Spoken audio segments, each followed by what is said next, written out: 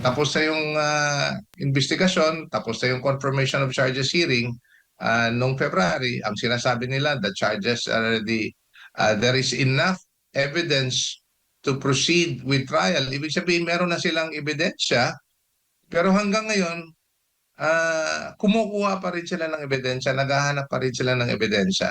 Yun po ang nakapagtataka. Sa regular ba na korte, pwede pa ba maglatag sa kasalukuyan ng mga ebidensya na ang haba-haba na ng kanilang panahon at yung mga akusasyon nila way before pa at meron pang mga ganito? Pwede pa bang maglatag sila ng bagong ebidensya?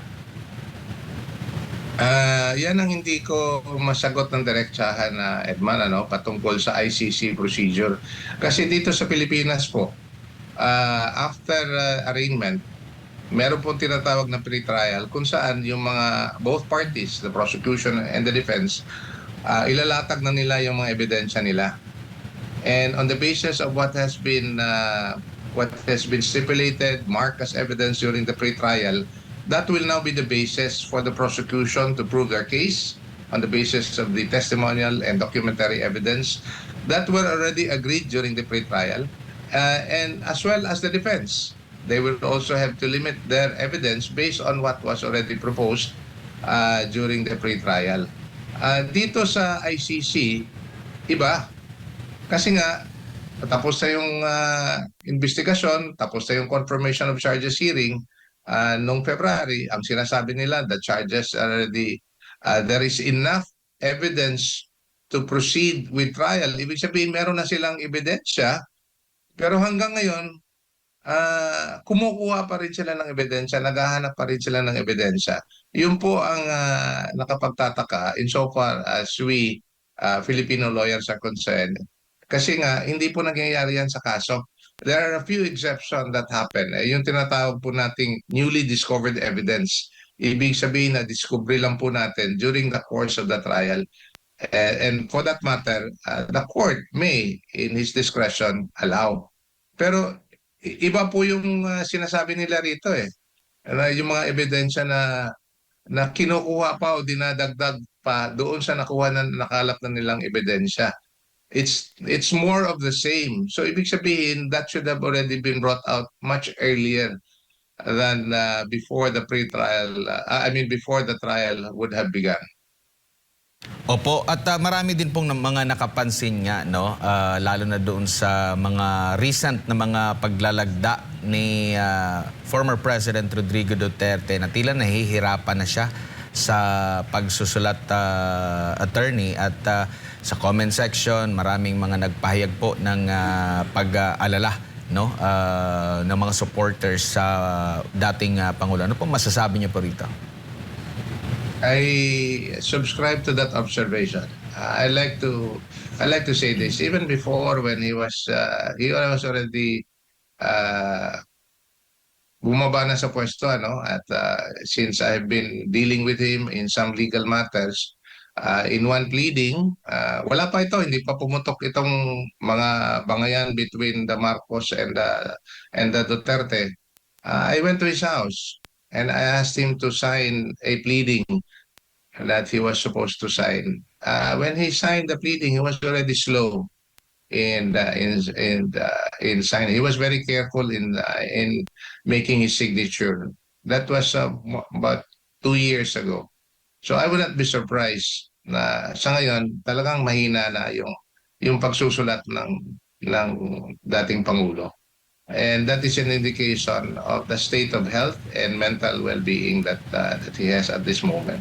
So I'd like to, for those who are listening right now, I'd like to ask for your continued prayer and support para patuloy na malakas yung kalooban ng presidente, malakas yung pangangatawan niya, no?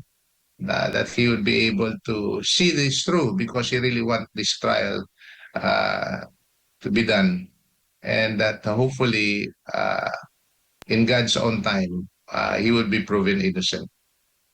Opo, kamakailan lang ay nagbabala ang ICC court, no, yung presiding judge ukol nga po dito sa pagkokomento ng mga partido, no, both ng nagpo-prosecute at depensa, mga media comments po, no? At pwede ba silang maglabas din ng gag order dito, attorney? Kasi marami din tayong mga naririnig sa kampo ng isa, pati yung mga sumusuporta doon sa mga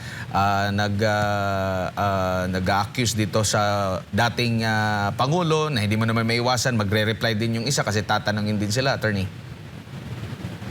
Yes, actually, in the world of social media, and I'm new to this, no. Sometimes I'm even fascinated by how people react publicly, and how people react to the reactions of other people. And it's very dangerous, not only fascinating. Merong tinatawag na meme, merong mga tinatawag na mga social post na fake naman. I like to say that, no? At meron namang totoo pero exaggerated. Ibig sabihin, they try to exaggerate something that has been reported to be factual. So, yun po ang iniiwasan ng korte ng ICC as regards that. But I suppose yung gag order would be addressed to the parties and to the counsels, no, sa kaso. Kasi hindi nila mapigilan. Yung the world of social media, I don't think they would be able to prevent that. It's all around the world, people are reacting to this case. So even if they wanted to, and this is just my 2 cents worth of opinion, even if they wanted to gag people who have been commenting negatively or positively on the case, they would not be able to implement or execute whatever gag order they may have. Sa lawak ng usapin, sa dami na nag-uusap at nagdedebate patungkol sa kasong ito, mahihirapan po yung korte to implement properly whatever order they may want to impose. Opo, sa tingin niyo po may epekto po ba yung pagkakasangkot ng isang dating, yung prosecutor mismo ng ICC dito sa kaso po ni former President Rodrigo Duterte na sasangkot ngayon sa kontrobersya at ngayon nga ay kamakailan lang ay sinuspindi din siya. Nakikita niyo po bang may pwedeng mapagkunan doon ng hugot ang lalo na sa depensa? Baka nagawa lang ng prosecutor yon para may mga pagtakpan, attorney? I don't want to speculate, ano. What I can probably say is that kung ginigiit ni Prosecutor Kang na walang basihan yung alegasyon na yan and he want to be treated fairly, I suppose that appeal should apply to the former president as well. Because what we've been saying is that he has not been treated fairly insofar as his case before the ICC is concerned. So, you know, if there is one rule that should be applied, it should be applied to all. Huli na lamang po, attorney, buhay pa ba ang petisyon ninyo sa Korte Suprema at maaari pa rin ba itong makatulong para po dito kay former President Rodrigo Duterte sa ICC? The petition that was filed by former President Rodrigo Roa Duterte and Senator Bato de la Rosa is still pending before the Supreme Court. What is the latest incident actually is the pending motion for reconsideration that was filed by Attorney Bobet Torion for Senator Bato de la Rosa, and we would hope that the Supreme Court would resolve that sooner than expected, no? And hopefully would be able to resolve the main issue in this case. And having said that, to your question, obviously, whatever decision the Supreme Court may have on the petition filed by the former president would definitely have an effect on the ICC case pending before the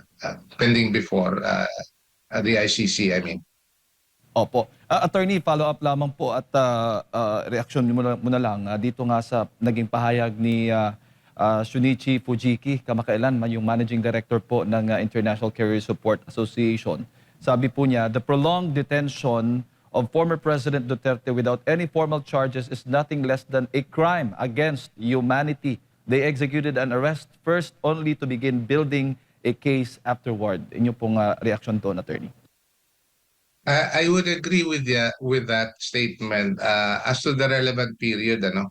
At the time he said that, wala pa pong confirmation of charges hearing. Kasi iba kasi ito sa atin dito sa Pilipinas. I'd like to explain that a little bit. Iba kasi sa Pilipinas, kasi you build up a case and then you file a case in court, and once the court finds what they call probable cause, dalawang determination of cause po yan. Unang determination of probable cause is by the prosecution for the purpose of filing a case before the court. And the court will now determine probable cause for the purpose of issuing a warrant of arrest. Ngayon, may warrant of arrest na, balik tayo dito sa ICC, may warrant of arrest na yung dating Pangulo, and yet hindi pa kino-confirm yung charges. Ibig sabihin, they still do not know whether they have a case or not, no? Until February. So, yung statement na yan is only good as of February this year. Kasi now that the ICC said na meron na pong there is enough evidence to proceed to trial, then trial will have to proceed insofar as the case of the former president is concerned. Pero tama po yung pagkasabi in the context of time na meron na kayong warrant of arrest, pero hindi pa kayo makapagsabi kung may kaso, wala. It was only on February 2026 na, okay, may sapat na ebidensya na pala tayo na ituloy yung kaso to trial. Hindi sapat na ebidensya na kumbiktado yung kaso. Hindi pa po. Malayo pa po tayo dyan. Alright, Attorney. At kaugnay nga ng mga serye ng karahasang nangyayari dito sa ating bansa, iniuugnay na naman po si FPRD na siya daw yung nag-normalize ng karahasan. Attorney, ang context nito, yung nangyaring Tacloban shooting incident at iba pa. Ano masasabi po ninyo? Natawa na lang ako dyan sa mga reaction na yan, ano? And I cannot even imagine that it's coming from the official statement of government. Ganito na lang masasabi ko, baka yung lindol sa Davao Occidental, iugnay din nila kay former President Rodrigo Roa Duterte. Yun na lang siguro ang pwede kong masabi. Kasi wala na talagang wala nang kabuluhan yung reaction na yan eh. Opo, opo. Attorney, siguro yung huling mensahe na lamang sa lahat ng ating mga kababayan, mga supporters po ng dating Pangulong Duterte, nanonood po at nakikinig po sa inyo sa mga oras na ito. Thank you very much. Let's be keen on news coming from the ICC. Let's continue to monitor so that we'll be able to know exactly how the case is going right now, and especially the well-being of the former president. I appeal to you, continuously appeal to you for your prayers and support for the former president. He has been our president, the people's president for a long time, with only the people's interest in mind and heart. And it's time for us to give back to him what he needs most at this urgent time in his life, our prayer and support. Thank you very much.